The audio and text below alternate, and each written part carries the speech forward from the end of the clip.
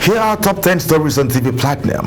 Kanu State is set to receive President Bola Tinubu on Friday. The president's visit is to condole with the government and people of the state, as well as the family of the late statesman, business mogul and philanthropist Alhaji Aminu Dantata.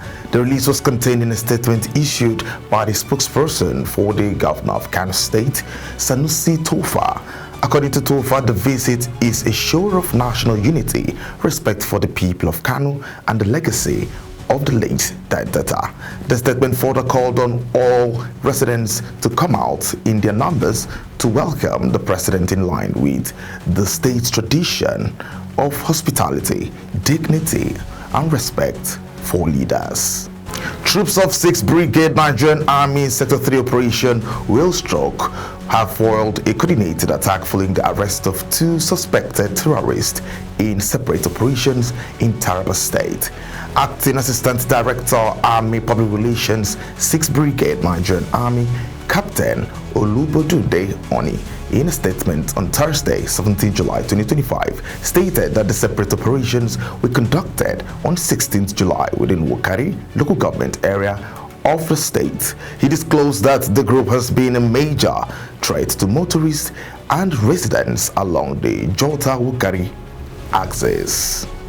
A petroleum tanker conveying 33,000 liters of premium motor spirit, also known as petrol, on Thursday evening exploded in Ibadan, the Oyo State capital. TV Platinum gathered that the incident occurred at Salika Junction on the New Ife Expressway in Ibadan. According to an eyewitness report, the fire incident was as a result of brake failure, which made the vehicle lose control.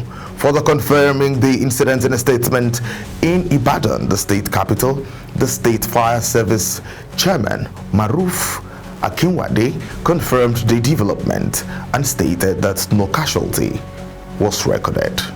The Association of Licensed Telecommunications Operators of Nigeria has issued an urgent call for government and security agencies to intervene in what it described as a wave of vandalism and theft targeting critical infrastructure, as these may threaten and disrupt its services nationwide.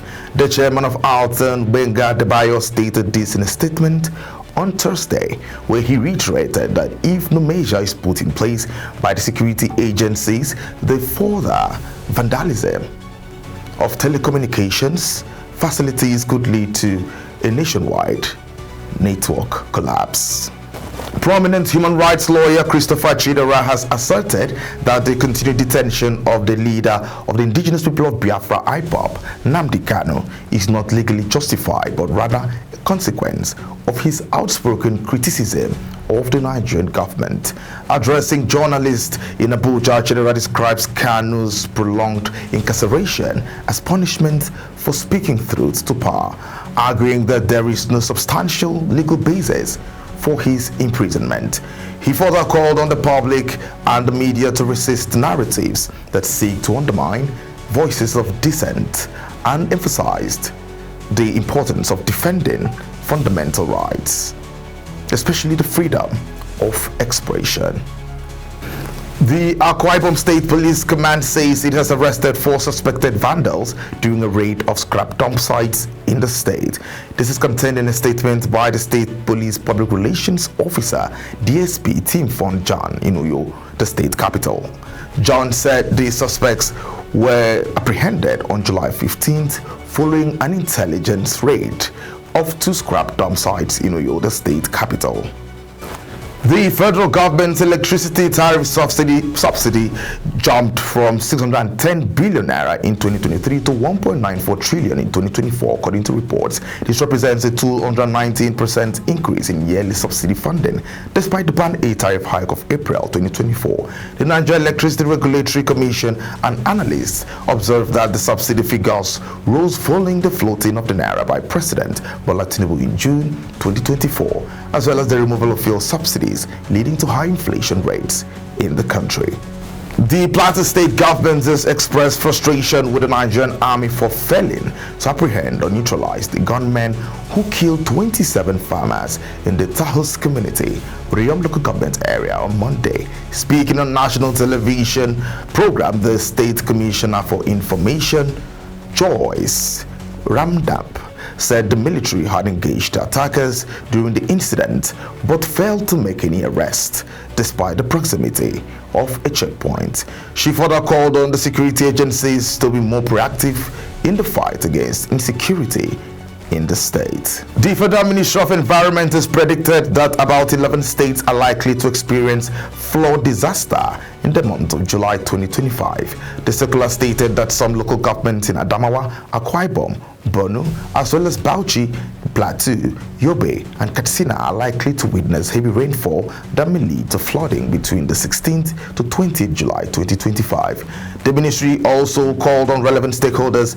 and state governments to take precautionary measures to avert the impact of flood disaster in the country. Police operatives from the Durumi Divisional Headquarters under the Federal Capital Territory Command have arrested a man identified as Philip Jallo following the tragic death of a 3-year-old boy who drowned in an uncovered septic tank in Durumi 2, Abuja.